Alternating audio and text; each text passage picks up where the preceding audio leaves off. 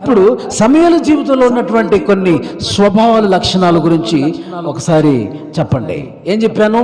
ఒకటి నాజీరు చేయబడిన వాడు, రెండు సమర్పణ కలిగిన వాడు, మూడు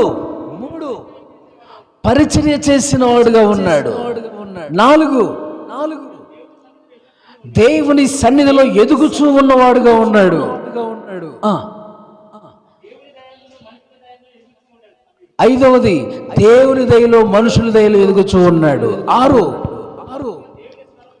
తరచుగా దేవుని ప్రత్యక్షతను పొంది ఏమండి దేవుని స్వరాన్ని వింటూ ఉన్నాడు సమూయేలు. హల్లెలూయా, హల్లెలూయా.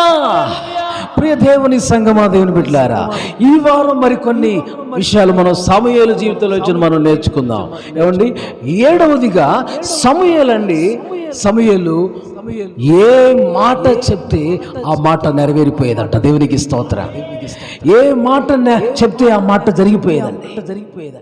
అంటే అతడు ఒక ప్రవక్తగా స్థిరపరచబడ్డాడు. దేవునికి స్తోత్రం చెప్పండి.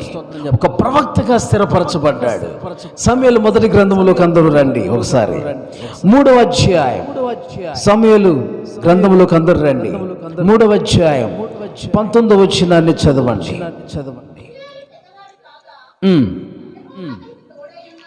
అతనికి తోడై ఉన్నందున అతని మాటలలో ఏది తప్పిపోలేదు. కాబట్టి సమూయేలు యెహోవాకు ప్రవక్తగా స్థిరపరచబడినని దాను మొదలుకొని బెయేర్షెబా వరకు ఇశ్రాయేలీలందరూ తెలుసుకొని గట్టిగా చప్పట్లు కొట్టి యేసయ్య నామాన్ని మహిమపరచండి. గట్టిగా హల్లెలూయా, హల్లెలూయా. ఏమండి, గమనించారా? ఆయన మాట్లాడినప్పుడు ఆ మాటలు, ఏ మాట అయితే సెలవిచ్చాడో ఆ మాట నెరవేరిపోతుందంట, ఆ మాట జరిగిపోతుందంట. ఏ మాట చెప్తే ఆ మాట నెరవేరిపోతుంది, ఏ మాట చెప్తే ఆ మాట జరిగిపోతుంది. అతడు ఒక ప్రవక్తగా స్థిరపరచబడ్డాడు. ప్రైజ్ ది లార్డ్, హల్లెలూయా. ప్రవక్తగా స్థిరపరచబడ్డాడు. ఏమండి, ప్రవక్తగా స్థిరపరచబడ్డాడు. ప్రవక్త దేవునితో సహవాసం చేస్తాడు, ప్రభుతో సహవాసం చేస్తాడు. ప్రభు సన్నిధిలో ప్రభు ఏ మాటలైతే అతనితో మాట్లాడతాడు ఆ మాటలు ప్రజలకు అందిస్తాడు ప్రవక్త. దేవునికి స్తోత్రం చెప్పండి. హల్లెలూయా. ఒక ప్రవక్తగా దేవుని సన్నిధిలో నీవు నేను కూడా మార్చబడాలి. ప్రవక్తకి మరొక పేరు దీర్ఘదర్శి. దీర్ఘదర్శి అనే పేరు కూడా ఉందండి. దీర్ఘదర్శి అనే పేరు కూడా ఉంది. దేవుని సన్నిధిలో ఒక ప్రవక్తగా మనం మార్చబడాలి. హల్లెలూయా. నీ ఒక ప్రవక్తగా మార్చబడాలి. ప్రవచించువారు, అన్య భాషలతో మాట్లాడువారు ప్రవచన వరాన్ని దేవుడు వారికి ఇస్తాడు. తర్వాత వారిని దేవుడు ప్రవక్తలుగా దేవుడు అభిషేకిస్తాడు. హల్లెలూయా. ప్రభుతో ఎక్కువ సమయం మీరు గడపండి, దేవుడు ప్రవక్త అభిషేకం ఇస్తాడు. బైబిల్లో స్త్రీలైన ప్రవక్తలు ఉన్నారు, అలాగనే పురుషులైన ప్రవక్తలను ఉన్నారు. అబద్ధ ప్రవక్తలు ఉన్నారు, నిజము కాని దొంగ ప్రవక్తలు, ఏమండి, అబద్ధ ప్రవక్తలు ఉన్నారు. ఏమండి, నిజమైన అపోస్తలులు ఉన్నారు, నిజము కాని ఏమండి అపోస్తలులు ఉన్నారు. కాబట్టి ప్రియ దేవుని సంగమా, దేవుని బిడ్డలారా, దేవుని యొక్క సన్నిధానంలో మనం ఎలా ఉంటున్నాం? ఆ ప్రవక్త అభిషేకాన్ని మనం దేవుని సన్నిధిలో పొందాలి. ఏ విధంగా? సమూయేలు దాను మొదలుకొని బెయేర్షెబా వరకు ప్రవక్తగా స్థిరపరచబడి అందరికీ తెలిసిందంట. హల్లెలూయా. అందరికీ తెలిసిపోయింది అతడు ఏ మాట అయితే మాట్లాడతాడో ఆ మాట జరుగుతుంది అని. దేవునికి స్తోత్రం.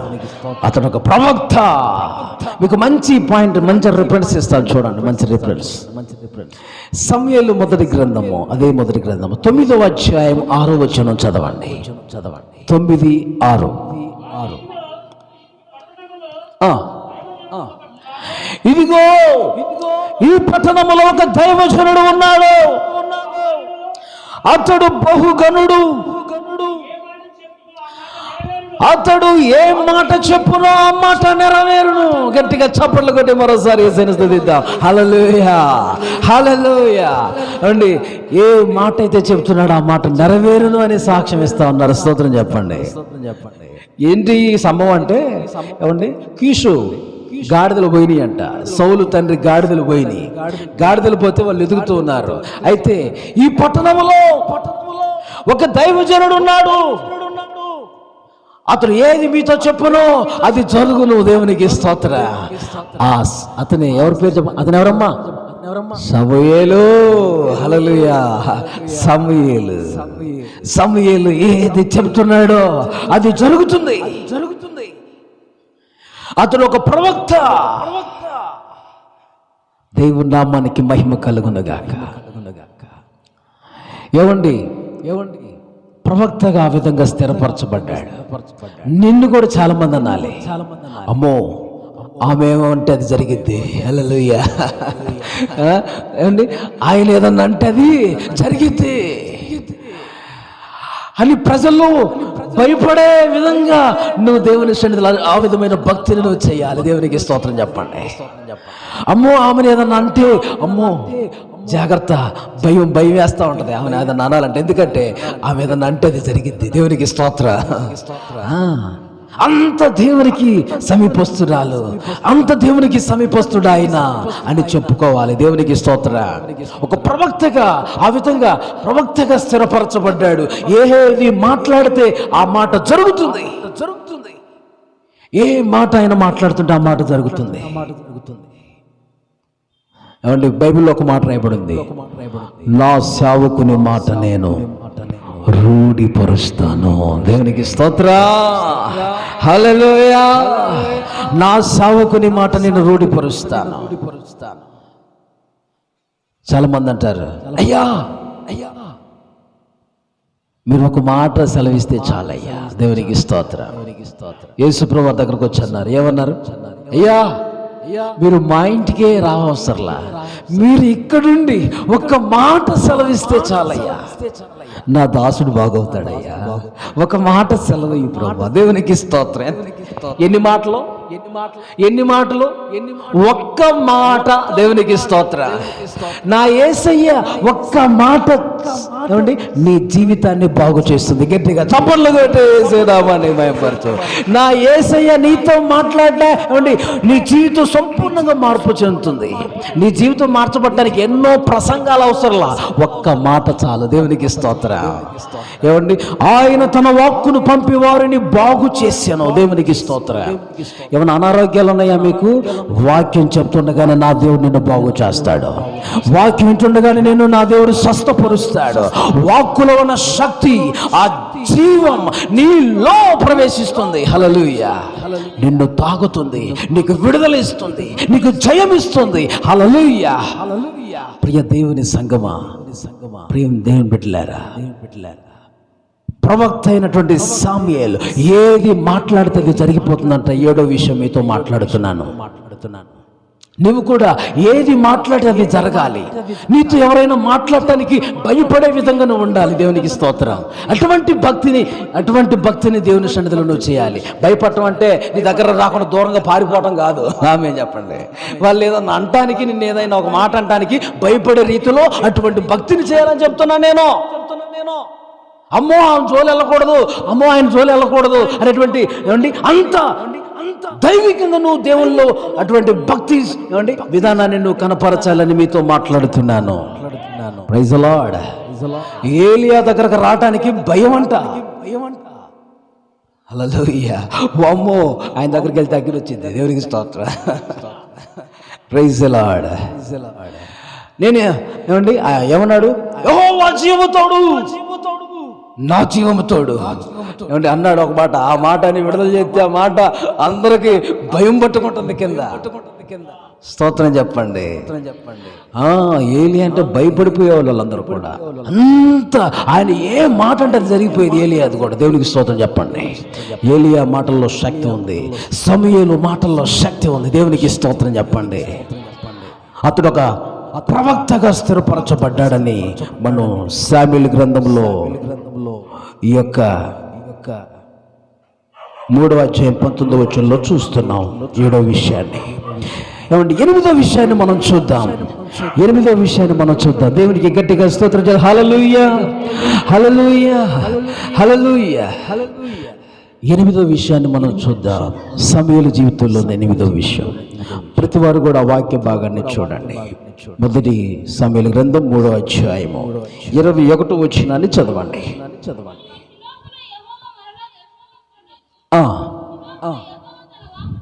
యెహోవా తన వాక్కు చేత సమూయేలుకు ప్రత్యక్షమగుతూ వచ్చెను. సమూయేలు మాట ఇశ్రాయేలీయులందరిలో వెల్లడి ఆయను. హల్లెలూయా, హల్లెలూయా, హల్లెలూయా. గట్టిగా స్తోత్రం చెప్పండి. సమూయేలు యొక్క మాట అంటండి ఇశ్రాయేలీయులందరిలో వెల్లడి అయిందంట.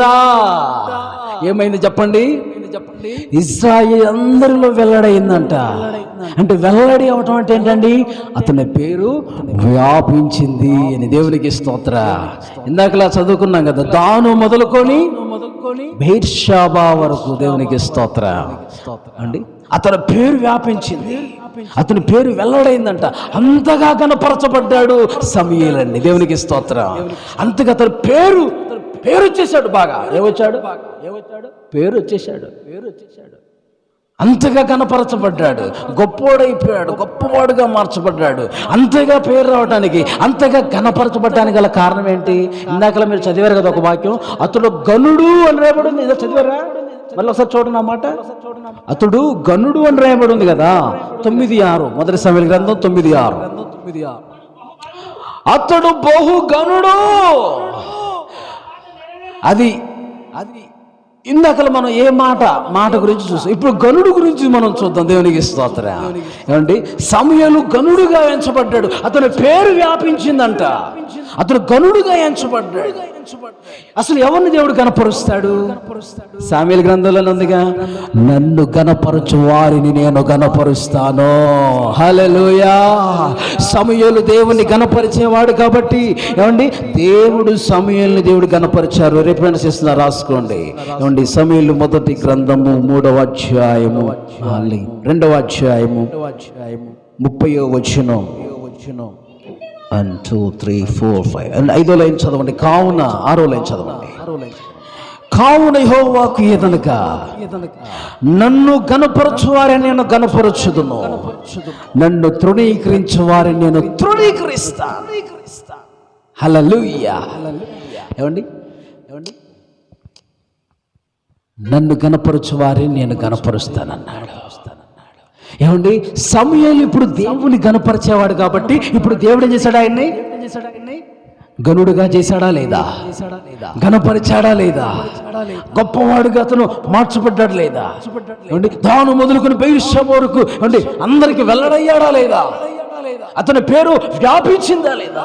ఎందుకు అంత గనుడుగా మార్చబడ్డాడంటే దేవుని గణపరచువాడుగా ఉన్నాడు, దేవుణ్ణి మహిమపరచువాడుగా ఉన్నాడు. ఇక్కడ నీవెవరైనా సరే ఎంతమంది గనులుగా మార్చబడాలని చేతులు పైకెత్తండి. హల్లెలూయా. గనులుగా మార్చబడాలి లేదా? దేవునికి స్తోత్రం.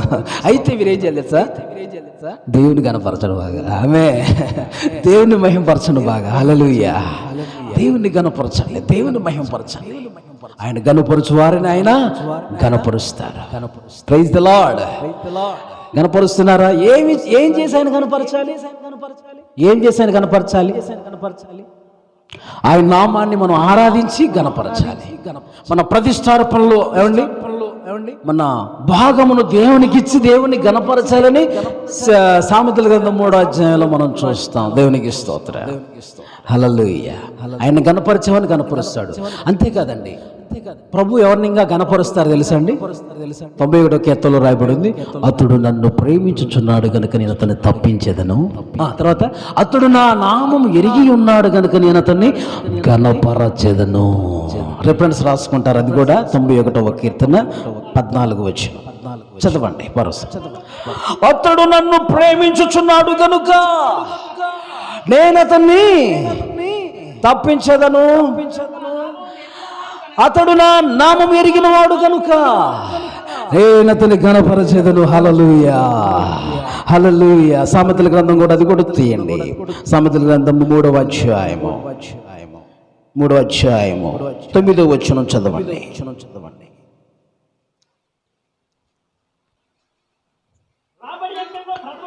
నీ రాబడి అంతటిలో ప్రథమ ఫలమును నీ ఆస్తిలో భాగమును ఇచ్చి యెహోవాను ఘనపరచుము. అప్పుడు నీ కొట్టుల్లో ధాన్యము సమృద్ధిగా ఉండును, నీ గానుగుల్లో నుండి క్రొత్త ద్రాక్ష రసం పైకి పొరలిపారును. గట్టిగా స్తోత్రం. మరోసారి చప్పట్లు కొట్టేసేనామని మహిమపరుద్దాం. హల్లెలూయా. చూసారా ఏమన్నాడండి ఇక్కడ? నీ రాబడి అంతట్లో ప్రథమ ఫలాన్ని నీ ఆస్తిలో భాగం ఇచ్చి యెహోవాని ఘనపరచండి అంటున్నాడు. దేవునికి స్తోత్రం. అది ఆయనకిచ్చి మనం ఘనపరచాలంట.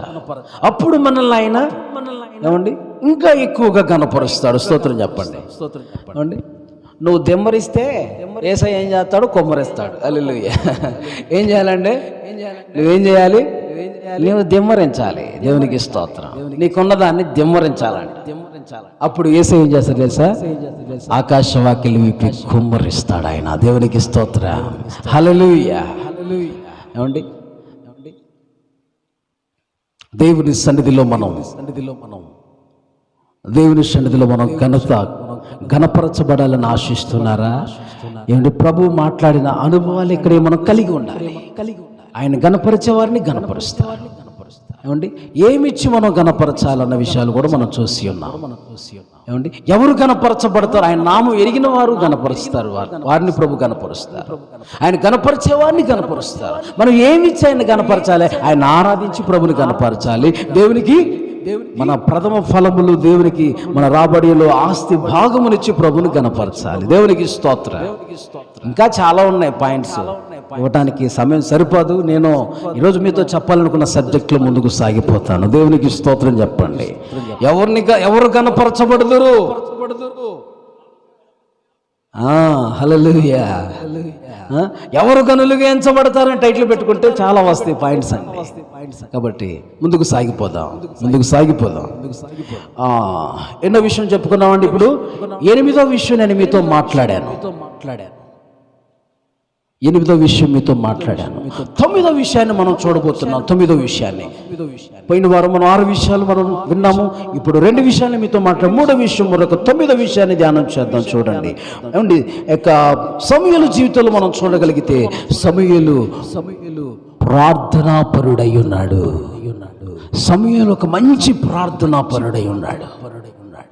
ప్రార్థనాపరుడు, ప్రార్థనా వీరుడు, ప్రార్థనా శూరుడు అని కూడా చెప్పుకోవచ్చు. దేవునికి స్తోత్రం చెప్పండి. ప్రార్థించు వారిలో సమూయేలు ఉన్నాడంట. యాజకులలో మోషే అహరోనులు ఉండిరి, ప్రార్థించు వారిలో సమూయేలు ఉండెను అని రాయబడి ఉంది. కీర్తన గ్రంథం చూడండి. కీర్తన 99:6 అందరూ కూడా చూడండి. ఆయన యాజకులలో మోషే అహరోనులు ఉండిరి, ఆయన నామం బట్టి ప్రార్థన చేయువారిలో సమూయేలు ఉండెను. హల్లెలూయా. ఏమండి సమూయేలు ఉండెను. ఆయన నామం బట్టి ప్రార్థన చేయువారిలో సమూయేలు ఉండెను. సమూయేలు ప్రార్థనా పరుడని ఏమండి ప్రత్యేకంగా సాక్ష్యం ఇస్తున్నారు వీళ్ళు. రాసి కీర్తనాకారుడు ఏమండి రాసి సాక్ష్యం ఇస్తున్నాడు. సమూయేలు ప్రార్థించు వారిలో సమూయేలు ఉన్నాడని ప్రత్యేకంగా చెప్పబడుతున్నాడంటే ఏమండి ఎంత ప్రార్థనా పరుడైతే చెప్పాలి. దేవునికి స్తోత్రం చెప్పండి. ఎంత ప్రార్థనా పరుడైతే ఒక వ్యక్తి సాక్ష్యం ఇవ్వాలి, కీర్తనాకారుడు సాక్ష్యం ఇవ్వాలి. యాజకులలో మోషే అహరోనులు ఉండిరి, ప్రార్థించు వారిలో సమూయేలు ఉండెను. యాజకుల్లో సమూయేలు లేడా? ఉన్నాడు. యాజకుల్లో కూడా ఉన్నాడు. దేవునికి స్తోత్రం చెప్పండి. బలులు కూడా అర్పించాడు సమూయేలు. దేవునికి స్తోత్ర. గమనిద్దాం దేవుని సన్నిధిలో దేవుని యొక్క మాటలు. ప్రార్థించేవారుగా మనం దేవుని సన్నిధిలో ఉండాలి. ఒక విషయం తెలుసా అండి, మీరు ఎవరైనా సరే ప్రార్థన చేయకపోతే పాపం చేసినట్టే. బైబిల్లో రాయబడి ఉంది అన్నమాట. మనకి ప్రార్థన చేయకపోవటం పాపంగా అనిపించదు. ప్రార్థన చేయకపోవటం కూడా పాపం అంట. చూడండి, మీకు రిఫరెన్స్ ఇస్తాను. సమూయేలు గ్రంథంలోకి రండి. సమూయేలు మొదటి గ్రంథము. ప్రతి వారు కూడా ఆ మాట చూద్దాం. 12వ అధ్యాయం 23వ వచనం. నా మట్టుకు నేను మీ నిమిత్తము ప్రార్థన చేయుట మానుట వలన యెహోవాకు విరోధముగా పాపము చేసిన వాడనగుదును, అది నాకు దూరమగును గాక. హల్లెలూయా. చూసారా? అంటే ప్రతి వారి మాట గమనించండి. ప్రార్థన చేయకపోవటం పాపంగా ఎంచుతున్నాడు ఆయన. చూసారు? ప్రార్థన చేయకపోవటమే పాపం అంట. నీవు నీ కోసమే కానీ, నీ కుటుంబం కోసమే కానీ, నీ పట్టణం కోసమే కానీ, నీ ప్రాంతం కోసమే కానీ దేవుని సన్నిధిలో ప్రార్థించేవారుగా ఉండాలి. గట్టిగా స్తోత్రం చెప్పండి. ప్రార్థన చేయకపోతే మనం పాపం చేసిన వారముగా ఉంటామంట. ప్రార్థన చేసిన వారముగా దేవుని సన్నిధిలో ఉంటే మనం పాపం చేసిన వారము అని రాయబడి ఉంది. ప్రార్థిస్తున్నారా? ఎంత ప్రార్థిస్తున్నారు? ఏ విధంగా ప్రార్థిస్తున్నారు? దేవుని సన్నిధిలో ఎంతగా ప్రభు సన్నిధిలో మొరపెడుతున్నారు అండి. దేవుని సన్నిధిలో ఒక బలమైన ప్రార్థన వీరులుగా, యోధులుగా మారుదుముగాక. ఏమండి, ప్రార్థించేవారు ఒక సమయాన్ని ఎంచుకుంటారు. ఆ సమయంలో కరెక్ట్గా ఆ సమయానికి పాలు పొందుతారు. ఏమండి, భక్తులు మనం దానియేలు జీవితాన్ని చూస్తే, దానియేలు ఎన్నిసార్లు ప్రార్థించాడమ్మా? ఉదయము, మధ్యాహ్నము, సాయంత్రం ముమ్మారు ప్రార్థించను అని రాయబడింది. ముమ్మారు ప్రార్థించను. అంటే ఒక సమయాన్ని కేటాయించి. పేతురు, యోహాను ఏ టయానికి వెళ్ళారండి? అది మధ్యాహ్న కాలం 3 గంటల సమయాన వాళ్ళు దేవాలయం ఎక్కి వెళ్ళుచుండగా భిక్షగాడు అండి పుట్టుకు నుంచి కుంటివాడైన భిక్షగాడు వాళ్ళని భిక్షం అడుగుతూ ఉన్నాడు. వాళ్ళు ఒక సమయాన్ని ఎంచుకున్నారు 3 గంటలకి. ఏమండి, కొన్నేళ్ళు ఎన్ని గంటలకు దేవునితో ప్రత్యక్షమైంది? 3 గంటలకి. 3 గంటలకి. అలా సమయాన్ని కొంతమంది భక్తులు నియమించుకున్నారు. మనం కూడా నిజంగా ప్రార్థనా పరులు, ప్రార్థన యోధులు, ప్రార్థనా వీరులైతే ఒక సమయాన్ని కేటాయించుకుంటే ఆ సమయానికి ఎన్ని పనులున్న పక్కన పడేసి ప్రభుతో గడుపుతారు వాళ్ళు. హల్లెలూయా. ఎన్ని పనులున్న పక్కన పడేసి ప్రభుతో సమయాన్ని గడుపుతారే వారే నిజమైన ప్రార్థనా పరులు, వారే నిజమైన ప్రార్థనా యోధులు, ప్రార్థనా వీరులు. వారి యొక్క ప్రార్థన ద్వారా దేవుడు ఎన్నో గొప్ప కార్యాలు ప్రభు చేస్తారు. దేవునికి స్తోత్రం.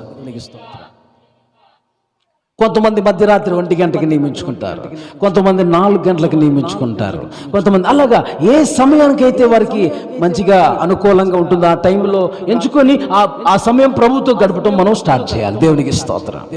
ప్రభుతో గడపాలి. హల్లెలూయా. ప్రార్థన శక్తిని, ప్రార్థన బలమును, మనం ప్రార్థన అభిషేకాన్ని, ప్రార్థన ఆ ఆత్మ మనపై ఉండును గాక. హల్లెలూయా. ప్రార్థింప చేసేది కూడా ఒక అభిషేకం, ఒక ఆత్మయే. ప్రార్థన ఆత్మ మన పైన ఉండాలి. ప్రార్థన ఆత్మ మన పైన ఉండాలి. హల్లెలూయా. విజ్ఞాపన మూలుగులతో దేవుని సన్నిధిలో ప్రార్థించాలి. ఇప్పుడు ఇశ్రాయేల్ అందరి కొరకు సమూయేలు ప్రార్థన చేస్తున్నాడండి. సమూయేలు వారి కోసం ప్రార్థన, ఎందుకంటే వారికి అపజయాలే కలుగుతున్నాయి, జయాలు కలగట్లా. ఏమండి, గమనించారా? వాళ్ళకి జయం కలగట్లా. ఫిలిష్తీయుల చేతులు ఓడిపోతూ ఉన్నారు. ఎన్నిసార్లు ఓడిపోతున్నారంటే అన్నిసార్లు ఓడిపోతున్నారు. ఆఖరికి మందసం కూడా వారితో ఉన్నా కానీ జయం పొందుతామా అనుకున్నారు, కానీ జయాన్ని పొందట్లేదు.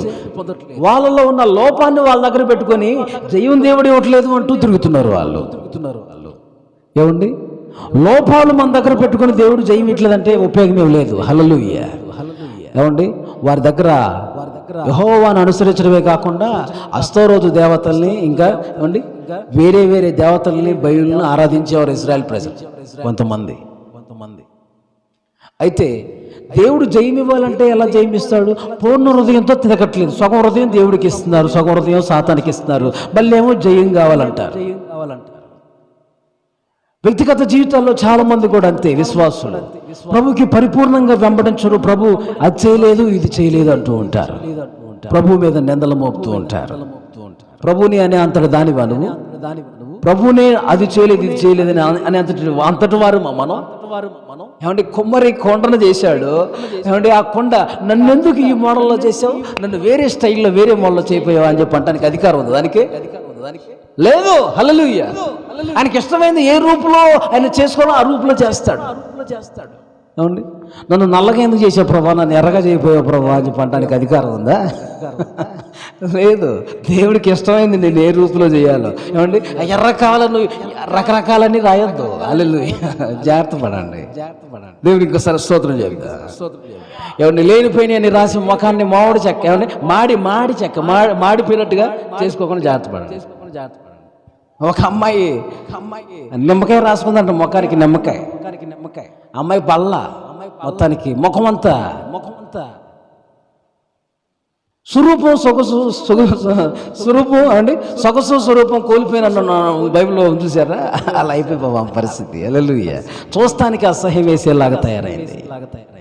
దేవుడిచ్చిన అందం మనకు చాలు. స్తోత్రం చెప్పండి. రకరకాలు లేనిపోయిన అన్నీ రాసుకోకండి. తెలుసుకొని మంచిగా రాసుకునేరు, తెలియకుండా ఏ పడితే ఈ రాసుకునేరు, లేనిపోయిన ప్రాబ్లం అవుతామ్మా.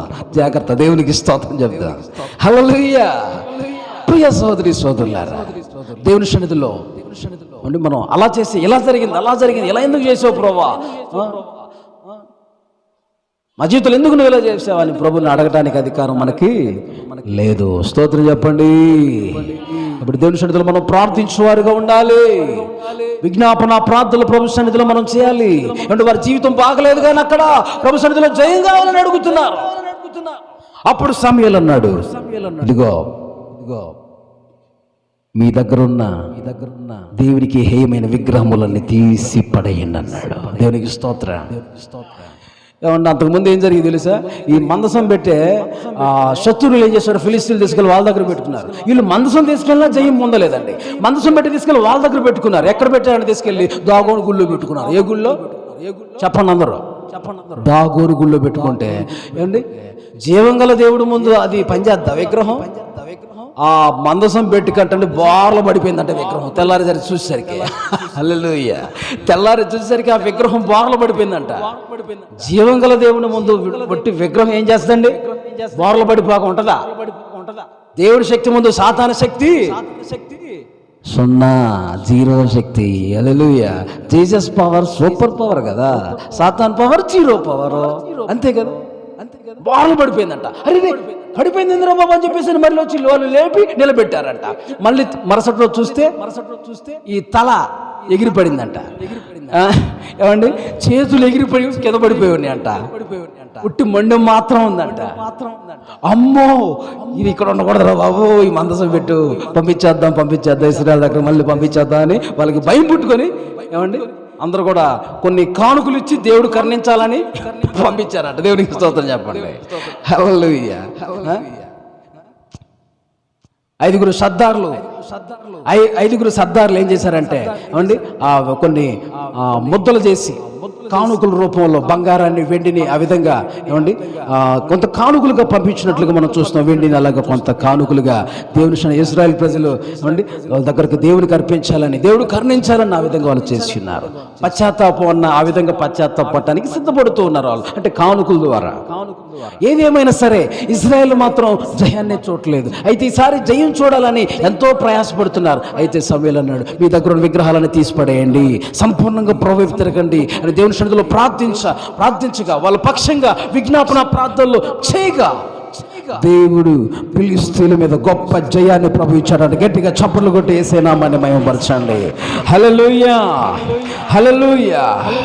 ఎబెనేజర్గా ప్రభు, ఎబెనేజర్ అంటే ఏంటి? సహాయపు రాయి. దేవునికి స్తోత్రం. వాళ్ళ పక్షంగా సమూయేలు ప్రార్థించగా, వాళ్ళ ఉపవాసం ఉండి దేవుని సన్నిధిలో ప్రార్థించినప్పుడు దేవుడు ఆ ప్రార్థనలు ఆలకించి, సమూయేలు ప్రార్థన ఆలకించి ఆ శత్రువుల పైన జయాన్ని ఇచ్చాడండి. ఎప్పుడైతే వాళ్ళు తమలో ఉన్నటువంటి ఆ విగ్రహాలను తీసేసుకున్నారో, అస్తరోతు దేవతలను, ఏమండి, ఎప్పుడైతే తీసేసో బయలు దేవతలు, అస్తరోతు దేవతలు ఉంచుకున్నారంట. యెహోవాను అనుసరించడంతో పాటు అవి కూడా ఉంచుకున్నారంట. అవన్నీ తీసి పడేసి పూర్ణ హృదయంతో దేవుని వైపు ఎప్పుడైతే తిరిగి మొక్కి దేవుని ఆరాధన చేయటం మొదలు పెట్టారో అప్పుడు వారికి దేవుడు గొప్ప జయాన్ని ప్రభు ఇచ్చాడు. హల్లెలూయా. గొప్ప జయాన్ని చూడగలిగారు. ఏమండి, నిజంగా నేను చెప్తున్నా, దేవుడు నాతో ఉన్నాళ్ళే, ప్రభు నాతో ఉన్నాళ్ళే అని చెప్పి అనుకోవద్దు. మందసం పెట్టున్నా అంటే వాళ్ళతో ప్రభు లేడు. మందసం దేని గుర్తుగా ఉంది? యేసు ప్రభు వారికి గుర్తుంది. యేసు ప్రభు వాళ్ళతో పెట్టుంది కదా, మందసం పెట్టుంది కదా, మాకు జయమిస్తాలే అనుకున్నా. కానీ వాళ్ళల్లో చెడు లోపాలన్నీ, పాపమంతా ఉంచుకొని దేవునికి వ్యతిరేకమైన అన్ని ఉంచుకొని దేవుడు నాతో ఉన్నాళ్ళే, జయమిస్తాళ్ళే, గొప్ప కార్యాలు చేసేస్తాళ్ళే అనుకోవటానికి లేదు. అది మన భ్రమ. దేవుడు మనతో ఉన్నాళ్ళు అనుకోవటం మన భ్రమ. శాంసన్ కూడా దేవుడు నాతో ఉన్నాళ్ళే అనుకుంటున్నాడు. ఆ రాత్రి అమ్మగారు ఏం చేసిందండి? గుండు చేసేసింది, మచ్చరంగా మంగళోని పిలిపించి క్షౌరం చేసిందంట. హల్లెలూయా. ఆయన ఎప్పుడు మళ్ళీ తల విడజింపుకుని వెళ్ళి శత్రువులు జయించేద్దాం అనుకుంటున్నాడు. సంసోనుకి జుట్టు ఉంది కదండి, మీకు తెలుసుగా, చెప్పాను మొన్న. సంసోనుకి జుట్టు ఉండేది, ఇలా తల విడజింపితే ముఖం మీద వచ్చి పడేదంట. ముఖం మీద వచ్చి పడేదంట జుట్టు. వెంటనే వెళ్ళి ఎక్కడ లేని బలం అలా వచ్చేది, శత్రువులు జయించేసేవాడు. అక్కడ రాయబడి ఉంది న్యాయాధిపతుల గ్రంథంలో, ఎప్పటి వల్లే తల విడజంపుకుందని అనుకున్నాను కానీ యెహోవా ఎడవాసినని అతనికి తెలియలేదు అని రాయబడి ఉంది. ఏమండి భ్రమపడుతున్నాడు, నాతో ఉన్నాళ్ళు అనుకుంటున్నాడు. ఆమె అనింది వెంటనే, సంసోను ఫిలిష్తీయులు వచ్చి మీద పడుతున్నారయ్యా అనింది. అంతకుముందు అందరూ చంపేద్దాం అనుకుంటున్నాడు, జయించేద్దాం అనుకుంటున్నాడు. ఇప్పుడు ఏమైందండి? గుండు ఒక్కటే ఊగుతుంది, మొత్తం లేదు. గుండు చేసింది కానీ హల్లెలూయా.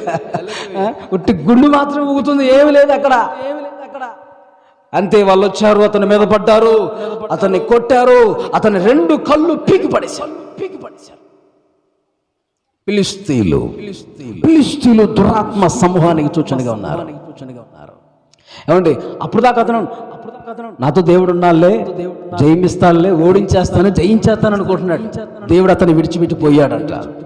దేవుడు అతనికి ఎడబాసాడు, ప్రభు అతన్ని ఎడబాసేశాడు. కాబట్టి మనలో ఏ అవిధేయత ఉన్నా, ఏమండి మనలో ఏ అపవిత్రత ఉన్నా, ప్రభు మనతో ఉండడు, మనకు దూరంగా ఉంటాడు. మనం అనుకుంటాం మనతో ఉండాలి అనుకుంటాం, జయమిస్తాలే, మన ప్రయాణం మంచిగా సాగిద్దిలే అనుకుంటాం. నీ ప్రయాణం సాగదు. హల్లెలూయా.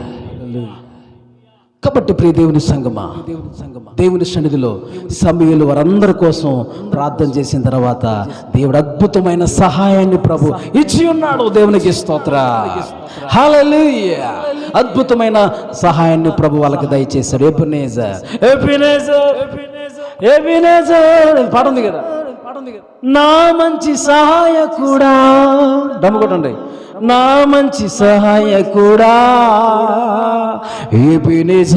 ఎబెనేజర్ శుభవేళ స్తోత్ర బలి తండ్రి దేవా నీకేనయ్యా ఆరాధన, స్తోత్ర బలి తండ్రి దేవా నీకేనయ్యా, తండ్రి దేవా నీకేనయ్యా, తండ్రి దేవా నీకేనయ్యా. హల్లెలూయా. ఎబెనేజర్ మన మంచి సహాయకుడు.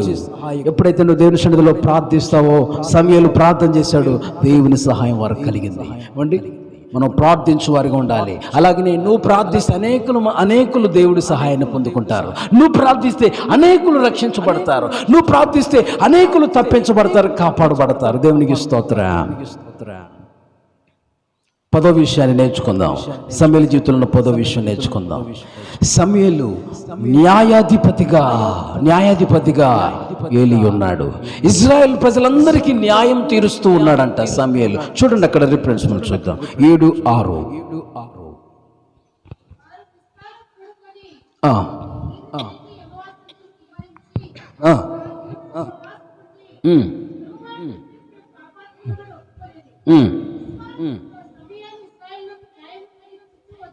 హల్లెలూయా. మిస్పాలో సమూయేలు ఇశ్రాయేలుకు న్యాయం తీర్చుచూ వచ్చెను. అంటే న్యాయాధిపతిగా ఉన్నాడు సమూయేలు. న్యాయాధిపతి ఏమండి, న్యాయం కలిగి ఉన్నాడు. ఎవరికి అన్యాయం చేయలేదు, న్యాయంగా జీవిస్తున్నాడు. న్యాయంగా జీవించడమే కాకుండా న్యాయమైన తీర్పు తీరుస్తున్నాడు అందరికి. దేవునికి స్తోత్రం. ఒక విషయం తెలుసా, మీరు ఎవరైనా సరే అన్యాయంగా జీవించారనుకో, ఎవరికన్నా అన్యాయం చేశారనుకో, పరలోక రాజ్యం పోరు. అన్యాయస్తులు దేవుని రాజ్యమునకు వారసులు కానేరని మీరు ఎరగరా. 1 కొరింథీ పత్రిక 6వ అధ్యాయం. అందరూ కూడా చూడండి. 1 కొరింథీ పత్రిక 6వ అధ్యాయంలో మనం ఆ వాక్య భాగాన్ని మనందరం చూడగలుగుతాం. 6వ అధ్యాయం 9వ వచనం. అన్యాయస్తులు దేవుని రాజ్యమునకు వారసులు కానేరని మీకు తెలియదా? చాలండి. అన్యాయస్తులు దేవుని రాజ్యముకు పోరు అని వాక్యం చెప్తుంది. మనం న్యాయంగా బ్రతకాలి ఈ లోకంలో. ఆమె చెప్పండి. ఎవరికి అన్యాయం చేయకూడదు. న్యాయం కలిగి ఈ లోకంలో నడుచుకోవాలి. న్యాయంగా నడుచుకోవటమేగా ప్రభు అడుగుచున్నాడు. ఉత్తమమును మీకా గ్రంథంలో రాయబడింది చూడండి. ఉత్తమము ఏది ఉత్తమమో మీకు తెలియజేయుచున్నాను, అదేగా మిమ్మల్ని అడుగుచున్నాను అని అన్నాడు. ఏంటది? ఏది ఉత్తమమో మనం ఏది ప్రభు అడుగుచున్నాడో మీకా గ్రంథంలో ఆ వాక్యాన్ని చూద్దాం. మీకా గ్రంథం. Praise the Lord. హల్లెలూయా. తీశారు అందరూ. మీకా గ్రంథము 766వ పేజీ, 6వ అధ్యాయము 8వ వచనం. మనుష్యుడా, చూడండి, ఏది ఉత్తమమో నీకు తెలియజేయబడి ఉన్నది. న్యాయముగా నడుచుకున్నటయు, కనికరమును ప్రేమించుటయు, దీన మనస్సు కలిగి దేవుని ఎదుట ప్రవర్తించుటయు, ఇదే కదా యెహోవా నిన్ను అడుగుచున్నాడు. గట్టిగా చప్పట్లు కూడా వేసే నామాన్ని మహిమపరచండి. హల్లెలూయా, హల్లెలూయా. న్యాయంగా నడుచుకోవటం అంట ప్రభు అడుగుతున్నాడు. న్యాయంగా నడుచుకోండి అమ్మలారా, అది ఉత్తమమ్మా. న్యాయంగా నడుచుకోండి అయ్యలారా, ప్రభు మాట్లాడుతున్నాడు. న్యాయంగా నడుచుకోవాలి. అన్యాయస్తులకి ఈ లోకంలో మనం జీవించకూడదు. ఏమండి, మనం న్యాయంగా నడుచుకుంటూ అనేకులకి న్యాయం తీర్చాలి, ఇతరులకి న్యాయం చెయ్యాలి. మనం అన్యాయంగా బ్రతకూడదు, ఇతరులకి అన్యాయం చేయకూడదు. న్యాయం చేస్తూ ఉండాలి మనం. దేవునికి స్తోత్రం చెప్పండి. ఒకరికొకలాగా నువ్వు చేయకూడదు. న్యాయంగా జీవించాలి. న్యాయము కలిగి అనుసరించాలి. దేవుని నీతి న్యాయాలను మనం అనుసరించాలి. దేవునికి మహిమ కలుగునుగాక. హల్లెలూయా. నేను ముగించబోతున్నాను. 2 విషయాలు చెప్పి ముగిస్తాను. ఇంకా హల్లెలూయా.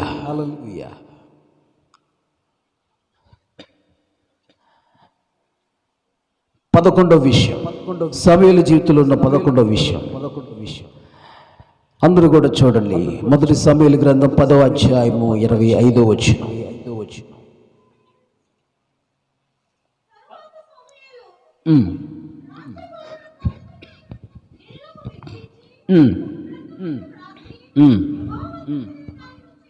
చూసారా, సమూయేలు రాజ్యపాలన పద్ధతిని జనులకు వినిపించి ఒక గ్రంథమందు రాసి యెహోవా సన్నిధిని దాన్ని ఉంచాడంట. దేవునికి స్తోత్రా. అంటే ఏం రాశాడైనా? రాజ్యపాలన గ్రంథాన్ని రాశాడు. దేవునికి స్తోత్రం చెప్పండి. ఏ గ్రంథం అమ్మా? రాజ్యపాలన గ్రంథం. మన అంబేద్కర్ గారు ఏం రాశారమ్మా? రాజ్యాంగ గ్రంథం. దేవునికి స్తోత్రం. హల్లెలూయా.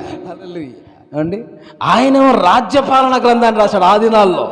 ఆ గ్రంథాన్ని బట్టి వారు ఏ విధంగా పాలన చెయ్యాలి అని వారు ఆ విధంగా జీవించేవారు. ఏమండి, ఇప్పుడు డాక్టర్ బిఆర్ అంబేద్కర్ గారు ఏమండి చెప్పండి, ఏ గ్రంథం రాశారు? రాజ్యాంగాన్ని రాసిన విధానం మనం చూడగలుగుతాం. అంటే ఆ గ్రంథాన్ని ఇప్పుడు అనేక మంది అనుసరించి నడుచుకోగలగడానికి అవకాశం ఉంది. అంటే దాని అర్థం ఏంటంటే ఇతరులకు ఒక మాదిరికరంగా, ఇతరులకు ఆశీర్వాదకరంగా వారు ఉన్నారు. దేవునికి స్తోత్రం చెప్పండి. ఏమండి, మనం కూడా దేవుని సన్నిధిలో సమూయేలు వలె ఒక మంచి మాదిరికరంగా మనం కూడా ఉండాలి. ఏమండి, వారు రాసిన గ్రంథాన్ని అనేకులు అనుసరించే విధంగా ఉందన్నమాట. అలాగనే అంబేద్కర్ గారు రాసిన గ్రంథాన్ని అనేకులు అనుసరించి నడిచే విధంగా అంబేద్కర్ గారు రాశారు. అంటే వారు ఎలా ఉన్నారంటే మాదిరికరంగాను ఆశీర్వాదకరంగాను ప్రజలకు ఉన్నారు. అలాగే నీవు నేను కూడా అనేకులకి దీవెనకరంగా ఒక మాదిరికరంగా ఉండాలి. దేవునికి స్తోత్రం చెప్పండి. మరి ఉంటున్నామా? అనేకులకు మాదిరికరంగా ఉంటున్నామా? మనల్ని చూసి అనేకులు అనుసరించి అనుసరించేలాగా ఉండాలి. నువ్వే ఒక గ్రంథం అవ్వాలి. స్తోత్రం చెప్పండి. ఆమె నువ్వు ఒక పత్రికగా మార్చబడాలి. మేము లోకానికి ఒక పత్రిక అయి ఉన్నామని అన్నారు పౌలు గారు. దేవునికి స్తోత్రం. ఏమండి, మనం ఒక పత్రికగా, మనమే ఒక గ్రంథంగా ఉండాలి. మనల్ని అనేకులు అనుసరించి నడిచే విధంగా ఉండాలి. మన విధానంలో అనేక మంది నడిచే విధంగా మనం ఉండాలి. స్తోత్రం చెప్పండి. అమ్మో, నీ విశ్వాసం చూసి, నీ ప్రార్థన చూసి, అమ్మో నేను కూడా ఆ విధంగా ఉండాలి, ఆమెలాగా నేను ఉండాలి, ఆయనలాగా నేను ఉండాలి, ఆయనలాగా నేను చర్చికి వెళ్ళాలి, ఆమెలాగా చర్చికి వెళ్ళాలి, క్రమంగా దేవుని సన్నిధిలో ఆమెలాగా నేను ప్రార్థన చేయాలి, ఆమెలాగా నేను పాట పాడాలి. దేవునికి స్తోత్ర. అది ఆయనలాగా నేను వాయిద్యాలు, డ్రమ్స్ ప్లే చేయాలి. దేవునికి స్తోత్ర. మ్యూజిక్లో నేను ఆ విధంగా పాలు పొందాలని, ఒకరిని చూసి ఒకరు ప్రేరేపించబడే విధంగా మనం ఏమండి ఆ విధంగా మనం మారాలి. దేవునికి స్తోత్రం చెప్పండి. ఒకరిని చూసి ఒకరు ప్రేరేపించబడాలండి. భక్తి జీవితంలో కూడా ఒకరిని చూసి ఒకరు ప్రేరేపించబడాలి. నన్ను చూసి అనేక మంది మార్చబడాలని ఏమండి ఆ రోషం, ఆ పట్టుదల నీలో రావాలి. దేవునికి స్తోత్ర. అలా దీవెనకరంగా, అలా ఆశీర్వాదకరంగా మనం ఉండాలి. దేవునికి స్తోత్రం చెప్పండి. హల్లెలూయా. అలా దీవెనకరంగా మనం ఉందముగాక. ఏమండి, ఏసేపు అండి ఐగుప్తు దేశానికి దీవెనకరంగా మార్చబడ్డాడు. Praise the Lord. దానియేలండి బబులోను రాజ్యానికి, సామ్రాజ్యానికి దీవెనకరంగా ఏమండి మార్చబడ్డాడు. ఉన్నతంగా హెచ్చించబడి దేవుడు ఆశీర్వదించారు వారిని. దేవుని సన్నిధిలో మనం దీవెనకరంగా, ఆశీర్వాదకరంగా మారుదుముగాక. తర్వాత ఆఖరిగా చెప్పి ముగించబోతున్నాను 12వ విషయం. సమూయేలు జీవితంలో ఉన్న 12వ విషయం, విశ్వాసుల జాబితా లెక్కలో ఏమండి సమూయేలు కూడా లిఖించబడ్డాడు. హెబ్రీ పత్రిక చూడండి 11వ అధ్యాయం 32వ వచనాన్ని చదవండి. భక్తుల, విశ్వాసుల, నీతిమంతుల జాబితాలో లిఖించబడ్డాడు. 11:32. గిద్యోను, బారాకు, సంసోను, యెఫ్తా, దావీదు, సమూయేలును